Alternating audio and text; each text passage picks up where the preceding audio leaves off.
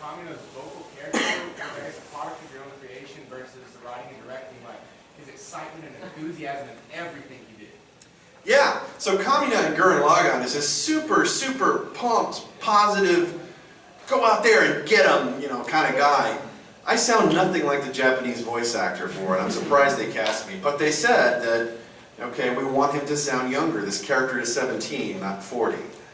So we want the American speaking audience to we want it to be more relatable and all this stuff.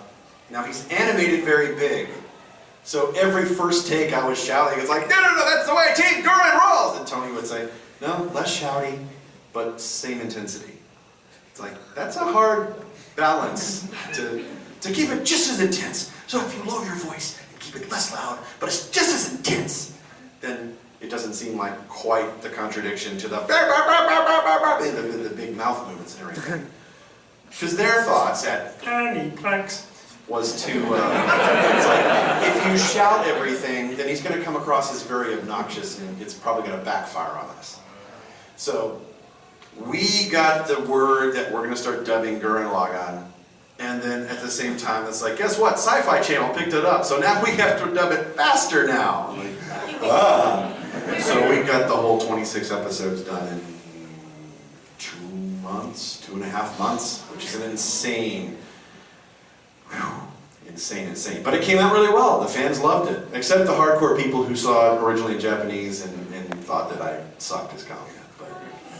To each their own. To be fair, when you hear something first in one language and then you hear it in the second language, you're going to be biased by what you hear.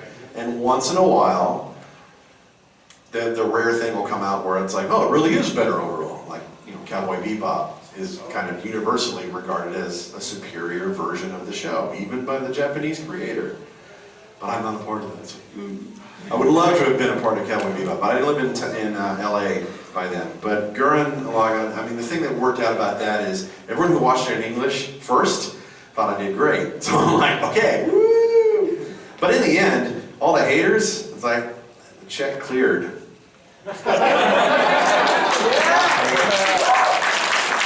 You can sit here all day and whine about how I was terrible, but you know what? I did the job. I did it as I was directed to do. So when you guys hear a bad performance, don't really take it out on the actor, okay? Because we're directed to sound a certain way. The 4Kids people, don't hate on them. They're not the actors are not the ones that made the call to censor everything on Yu-Gi-Oh!, One Piece, and all that stuff. They're just doing their jobs. And if they didn't do their job, then they'd hire someone else to do the job. So just make sure the anger's going in the right direction. But the 4Kids people made that decision because the Japanese wanted to get it on TV and reach as big an audience as possible. Who's your biggest audience? Children. How do you get it on TV? Edits. So they approved of all those edits that all the fans hate. It's their show. They can do what they want with it. Back of the room. Are you stretching? No, I was, but yeah, thanks for coming. Stretching feels great, doesn't it? What voice actor got you to do the jobs that you like to do? Like, which voice actor inspired you the most? Oh, Mel Blanc. Like I said, I watched Looney Tunes, and Mel Blanc was the one that voiced all those characters. Bugs Bunny is like my probably favorite character of all time. And yeah, but ones that inspire me now are still, Steve Bloom, because he's just awesome. He's an awesome person, not just a great talent.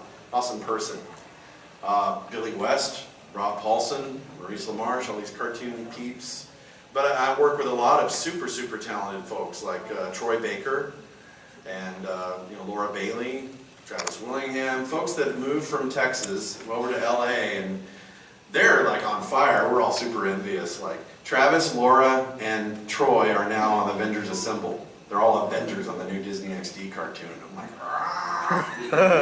why couldn't I be in there? Oh well. I try out every now and then. I try out for things. At least I'm given that opportunity. That's why I stay realistic about it. It's like, I'm reading for this great show, and I would not have the chance to if I were anywhere else. So at least I'm being heard. So maybe it'll pay off one day. Yeah. What's that? Omnicon? Yeah. What about it? I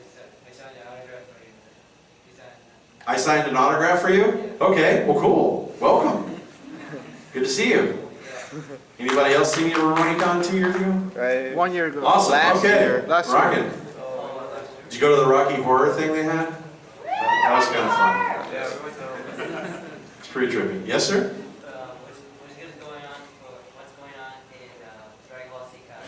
What's going on in Kai? Well, we're waiting to find out if we'll get to do the Boo Saga, which is, you know, coming out in Japanese for like the rest of the world, so we would assume. But here's the thing, Kai hasn't sold very well. And because a lot of the fans, I've heard, just prefer the original, which is ironic because all the complaints of the original are addressed in Kai. It's like, okay, you got tired of taking 75 episodes to change a light bulb? And it's like, oh, I still like the original better, like, because I missed the filler. It's like, you can't win for losing. So, yeah. Yes. My question was, do you have any funny stories that you're with your Dragon Ball Z castmates? Well, here's the thing. We record solo when we record anime and video games. We only get to record as a cast on cartoons, so you'd have to just hear individual stories from individual actors about funny things, but, you know, some people will leave gas bombs in there, or other bombs, so they'll record a take of their line that's not scripted just to make the actor who comes in next and record their line for the scene and just throw them off and make them laugh. That's there's hours of outtakes that sit on the hard drives of these studios that could totally end careers. But, but what can you do? What's that? How much? 3 minutes. 3 minutes, we're going to get to more questions. Lightning round, let's go over here. Yes, sir. Do you remember any lines that you spoke and immediately went that you were really confused about right after you said it? Sure. Yeah, see, we don't get our scripts ahead of time. We don't see the footage ahead of time. We're literally a blank slate when we go to our session. We preview each line in Japanese once, look at the footage, hear it in Japanese, and then we record the English version. And then we go to the next line. So we have to be good cold readers. We have to be able to, and then perform it as if it's coming from our soul. So yeah, I mean, there's lines, there's plot lines, everything that makes me go, and my go-to phrase now for things that just blow your mind because it's in anime, it just says, "Oh, Japan." Yeah. I'll just leave it at that. Yes, sir. What was your favorite moment in all of Gurren Lagann? Favorite moment in all of Gurren Lagann? I haven't got to the end yet. I'm on episode 14, believe it or not. I haven't seen the whole show yet. I'm told that there's this moment that I want to see really badly where apparently galaxies are hurled like shurikens. That sounds awesome. That sounds like something that should happen in Pacific Rim. It's like, I'm gonna stop the kaiju. Yeah. Who else? How's your family reacting whenever they watch that anime with you? And when they're watching, do you ever throw in like extra sound effects? I throw in my own live action dub. No, my parents don't watch anime. I could get my dad to watch about 10 seconds of DBZ and he goes, "That's nice, son." They're very proud. They're very happy that I'm doing what I love, but no, it's not for them. And they're not gamers, so they don't play any of the stuff on that. Yeah. What was your favorite scene you with Gurren Lagann? Favorite scene? God. Thing where he's like, episode 6, and I was like, "Gimme, come over here and poke me in the butt." That was pretty interesting. That's a scene that makes you go, "Oh, Japan." Yes? What was it like working with Riot on League of Legends compared to all your other roles?